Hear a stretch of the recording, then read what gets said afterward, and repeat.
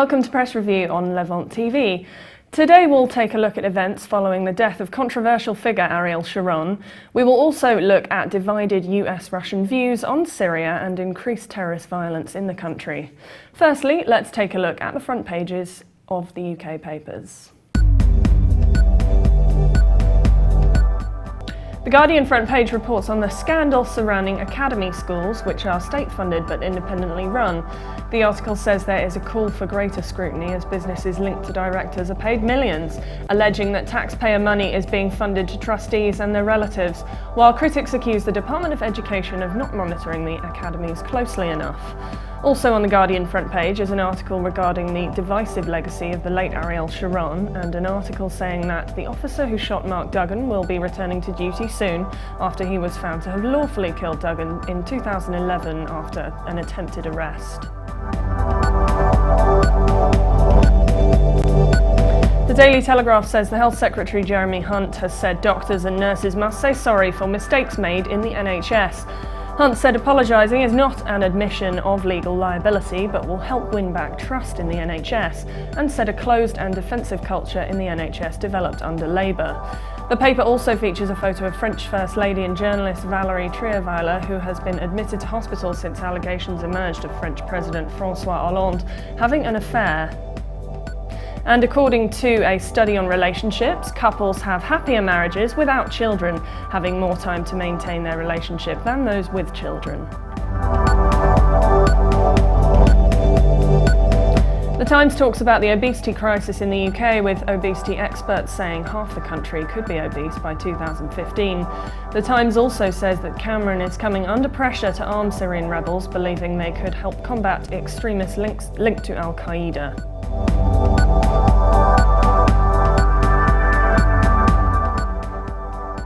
Now let's take a look at the top stories in the Middle East. As the US and Russia remain divided on Syria and the question of Iran's participation in Geneva II continues, let's see what some analysts are saying. An article by Vitaly Naumkin in Al Monitor titled "For Russia, Terrorism is Priority at Syria Conference" says US-Russian cooperation is the key to success at Geneva II. Naumkin believes that in 2013, Moscow and Washington achieved a lot in unifying their position toward a number of developments in the Middle East. They successfully started the process of ridding Syria of its chemical weapons stockpiles. They constructively cooperated in the dialogue between the P5+1 and Iran. They agreed on the necessity to solve the Syrian crisis exclusively by political, not military means. But regarding US-Russian misunderstandings, both real and imagined, Naumkin writes, Moscow has provided humanitarian assistance to certain areas. Moscow finds a lot of hypocrisy in the position of those international partners who call for providing humanitarian access to the locals and at the same time are suffocating them with economic sanctions. He adds, as we can judge from the Libyan case, humanitarian corridors can be used for forwarding weapons and fighters, including international terrorists, who are already flowing into Syria from Turkish territory, funded by some regional sponsors. Naumkin writes, there is no doubt that the international jihadists who are fighting in Syria now, at least those who will survive, will sooner or later turn their weapons against other targets, including the US and Russia. I believe that our governments are equally aware of this tremendous threat. The author writes about the hypocrisy of the US stance in Russia's eyes. In the Russian view, the difference is not so significant that the Islamic Front, which US officials are in contact with, can be qualified as a moderate group, as opposed to ISIS as an extremist and terrorist group. Members of the Muslim Brotherhood in Egypt, whose organisation has been declared a terrorist organisation by the Egyptian government, are almost doves if compared with members of the Islamic Front. Regarding Iran at Geneva II, Naumkin writes, Russia has always been in favour, as far as I can determine, of including Iran among those states that should be invited to Geneva II. The position of the US, taken under the influence of its regional allies, in this regard is short-sighted. I cannot imagine that Tehran is ready to accept the proposed humiliating role from the sidelines. He adds that Iran is a legitimate player in this crisis and of no less importance than Turkey, Saudi Arabia or Qatar, and it can be a spoiler as well if need be. Namkin concludes the US wants Assad to resign, but he does not want to. Russia simply has nothing to do with that. It is up to the Syrians to decide who will rule them. The International New York Times features an editorial titled "Treading Water on Syria," which says that nearly 3 years after the fighting began, many of the most dire predictions about Syria's civil war have come true. The author says that the conflict has compounded the bitter rivalry between Saudi Arabia and Iran, while better trained Islamist and al-Qaeda-linked rebel groups have come to dominate the battlefield over more moderate, secular and Western-oriented opposition forces. The article says the US suspended shipments of non-lethal aid like trucks and food rations to the moderates in December after warehouses of equipment were seized by the Islamic Front. The CIA runs a separate covert program to arm and train the rebels. Regarding American aid, the author writes, there is a danger that American aid could backfire, as it did in the 80s when support for Mujahideen fighters battling the Soviets helped to create fertile ground for terrorist movements years later. The article adds Syrian extremists are already trying to recruit and train Americans and other Westerners to carry out attacks in the US, according to senior American officials. And now let's talk to Professor Kamal Majid to learn more about this matter. Professor Majid, thank you for joining us today on Press Review. Yes, thank you for having me. Where do you see an agreement in terms of US and Russian foreign policy in Syria? And where do you see that these two disagree on combating terrorism in Syria? Well, I really don't know whether the Russians and the Americans have agreed on anything. Because their aims are different. In my opinion, Russia has several times said that the future of President Bashar al-Assad must be decided by the people of Syria. While the Americans, right from the beginning, when they sent their special forces to start all the trouble, and when Mrs. Clinton, the Secretary of State, was encouraging the terrorists to attack the Syrian government. From then onwards, the American policy has been to remove Bashar al-Assad by force. Now that they have failed, they are trying to remove him through negotiation. They have brought some 20 countries to the negotiating table. They have nothing to do with Syria. They want to say to pass a majority vote and force everybody to accept it. And their idea is to, with the majority vote, they will make Bashar al-Assad to go.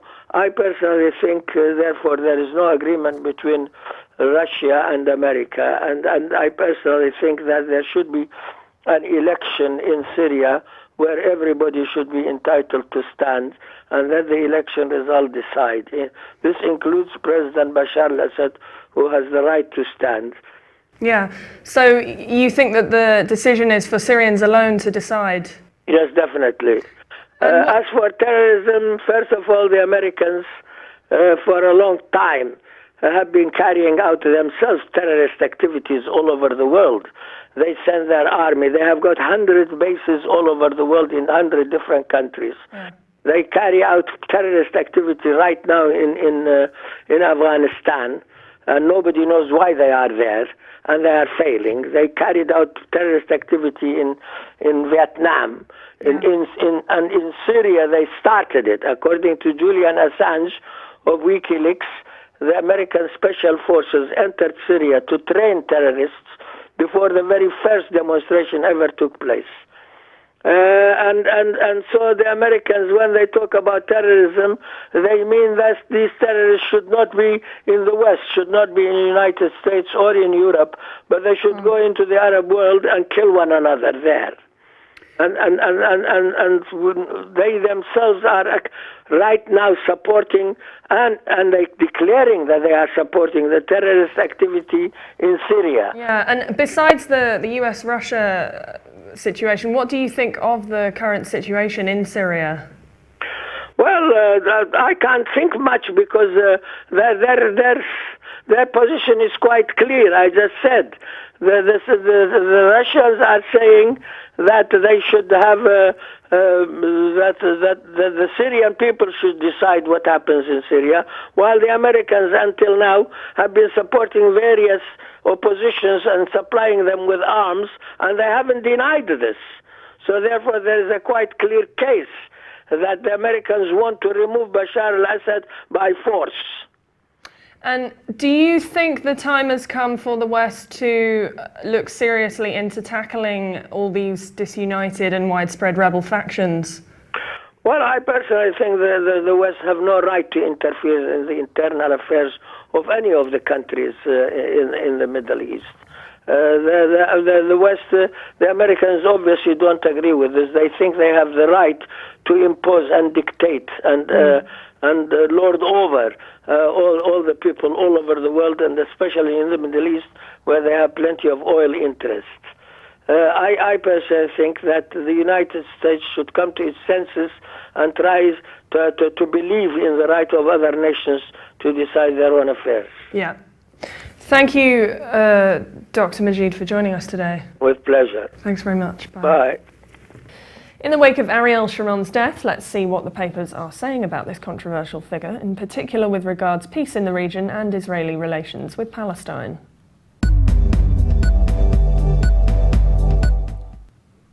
Donald McIntyre writes a piece in The Independent titled "Ariel Sharon, a hawk who might just have liberated the Palestinians."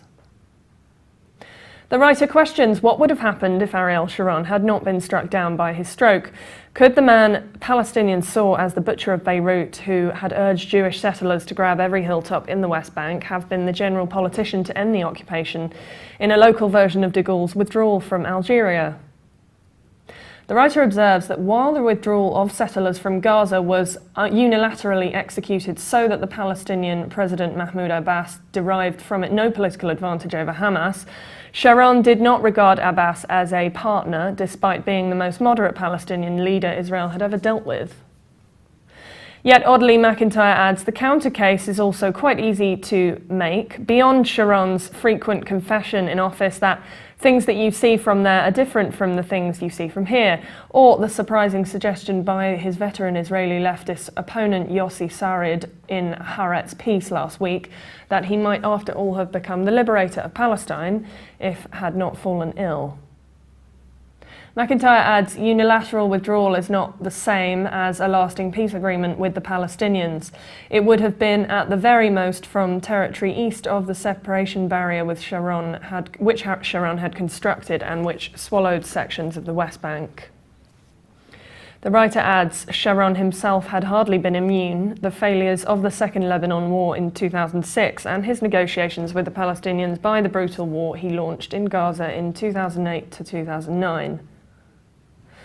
McIntyre concludes, the truth is we can't know if Sharon would have conducted a unilateral withdrawal from the West Bank, let alone been eventually persuaded by the US to enter serious negotiations with Abbas.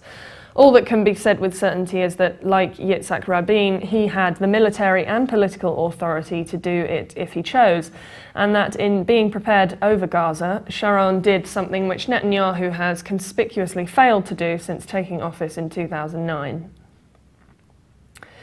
Another analytical piece titled Analysis, A Man of War, Was Sharon the Last Leader Able to Bring Peace, is featured on Reuters this weekend. The writer Crispian Balmer views Sharon as the last man capable of enacting the sort of tough decisions needed to secure peace with Palestinians. A war hero at home and a war criminal to Arabs, a hawkish prophet of settlement on occupied land, who dramatically gave up Gaza in what he calls a bid for peace. The writer looks at surveys showing as many as 2 Israelis in 3 could accept a Palestinian state in the West Bank and Gaza, on lines first promoted after US brokered talks by left-wing Yitzhak Rabin, who was assassinated by a fellow Israeli in 1995 for offering to end the occupation. Balmer adds that Sharon was reviled in the Arab world, particularly for his role in the 1982 refugee camp massacres in Beirut following Israel's invasion of Lebanon. The writer mentioned speculations that upon his illness, Sharon was on course to win an imminent general election, and although he himself categorically denied it at the time, aides say Sharon had been planning further unilateral withdrawals from the West Bank. If Sharon had stayed well, we would be closer to peace today, no question, said Dov Weissglass, Chief of Staff, when Sharon was Prime Minister. However, Weissglass was famously quoted in 2004 saying the unilateral withdrawal from Gaza was a way to freeze bilateral talks with the Palestinians. On the other hand, Palestinians ridicule the idea of Sharon as a peacemaker. They remember him as a ruthless tactician and blame him for sparking the second Palestinian Intifada uprising with a provocative visit to Jerusalem's Al-Aqsa Mosque Plaza in 2000. Balma quotes former Palestinian Minister Ghassan Khatib saying he was instrumental in the expansion of settlements and the Gaza disengagement was just meant to consolidate the Israeli occupation of the West Bank. In all his history, he played a negative role here. The Reuters analysis concludes by quoting spokesman for slain Prime Minister Rabin Uri Dromi saying, "Sharon, not the sort of people who could make the bold moves needed for peace, while at the same time being able to convince Israelis that they weren't being sold cheap to the Arabs." Now let's take a look at the top headlines from international papers.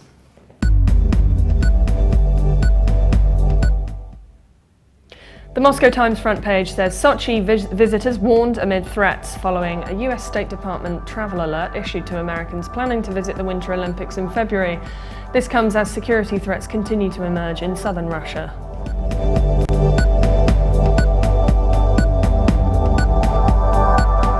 The Washington Post features a headline, "Iran nuclear deal takes big step forward," saying Iran and 6 world powers took a significant and hard-won step toward nuclear rapprochement on Sunday, announcing a deal to implement a landmark agreement that caps Iran's disputed nuclear program in return for a modest easing of crippling economic sanctions. The Jerusalem Post features 2 articles on Sharon's funeral, saying thousands of Israelis came out to mourn the Israeli former Prime Minister as his procession arrives for burial near a Negev ranch.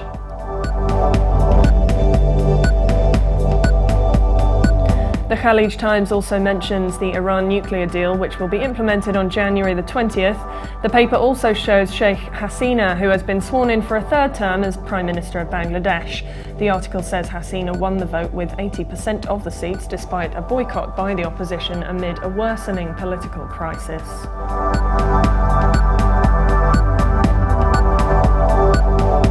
For more updates, please visit levant.tv.